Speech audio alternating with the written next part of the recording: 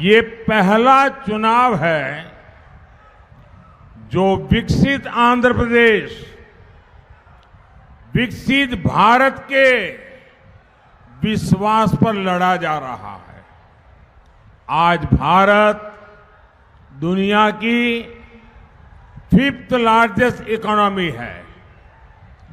आज भारत चंद्रमा के दक्षिण ध्रुव पर पहुंचने वाला पहला देश बना है।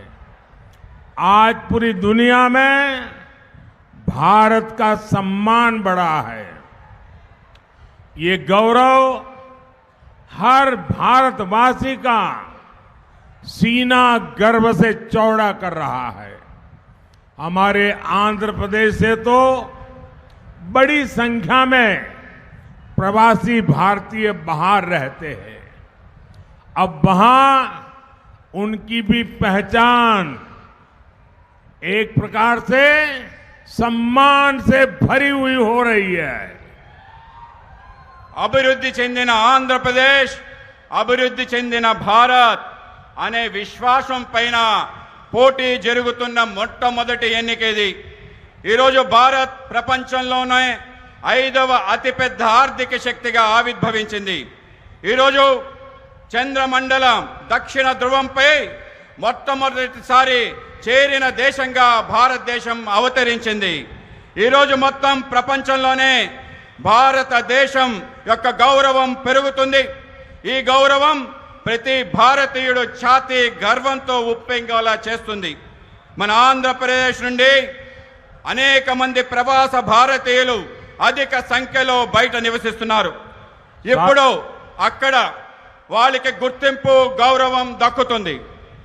साथियों, पहले नेता वोट मांगने जाते थे तो जनता काम का हिसाब पूछती थी, लेकिन अब मोदी हिसाब देता है और जनता मुहर लगाती है।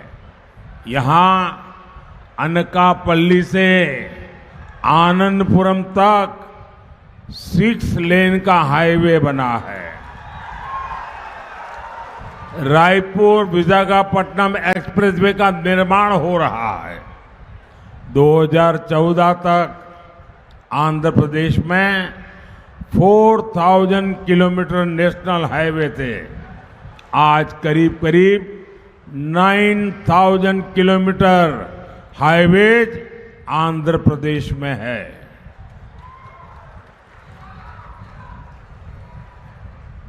మిత్రులారా, ఇంతకు ముందు నాయకులు ఓట్లు అడిగితే ప్రజలు వాళ్ళని చేసిన పనుల యొక్క చిట్టా అడిగేవారు. కానీ ఇప్పుడు మోడీ తన పనుల చిట్టాని ప్రజలకు ఇస్తున్నారు.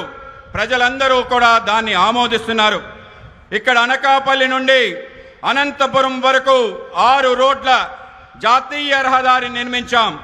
రాయపూర్ నుండి విశాఖపట్నం వరకు ఎక్స్ప్రెస్ హైవేని నిర్మాణంలో ఉంది.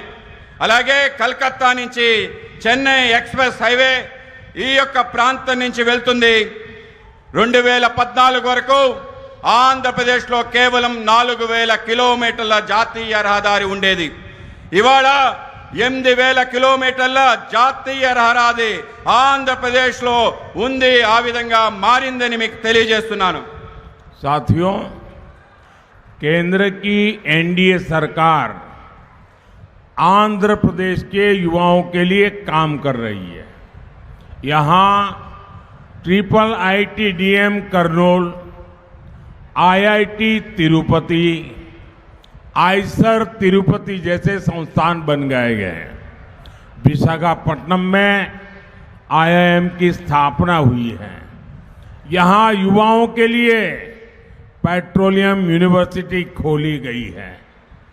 पुदीमड़ाका में ग्रीन एनर्जी पार्क को भी मंजूरी दी गई है। नक्कापल्ली में बल्क ड्रग पार्क शुरू करने के लिए 1000 करोड़ की मदद दी गई है।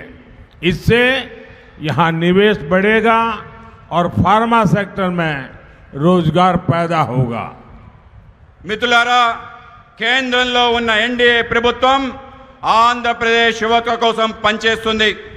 ఇక్కడ IIIT Kurnool, IIT, IISR Tirupati అటువంటి సంస్థలు స్థాపించడం జరిగింది.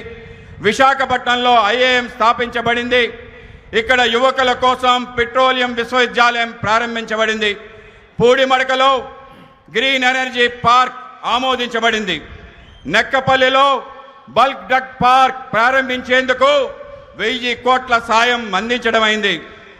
దీనివల్ల ఇక్కడ పెట్టుబడులు పెరుగుతాయి మరియు ఫార్మా రంగానికి ఉపాధి లభిస్తుంది.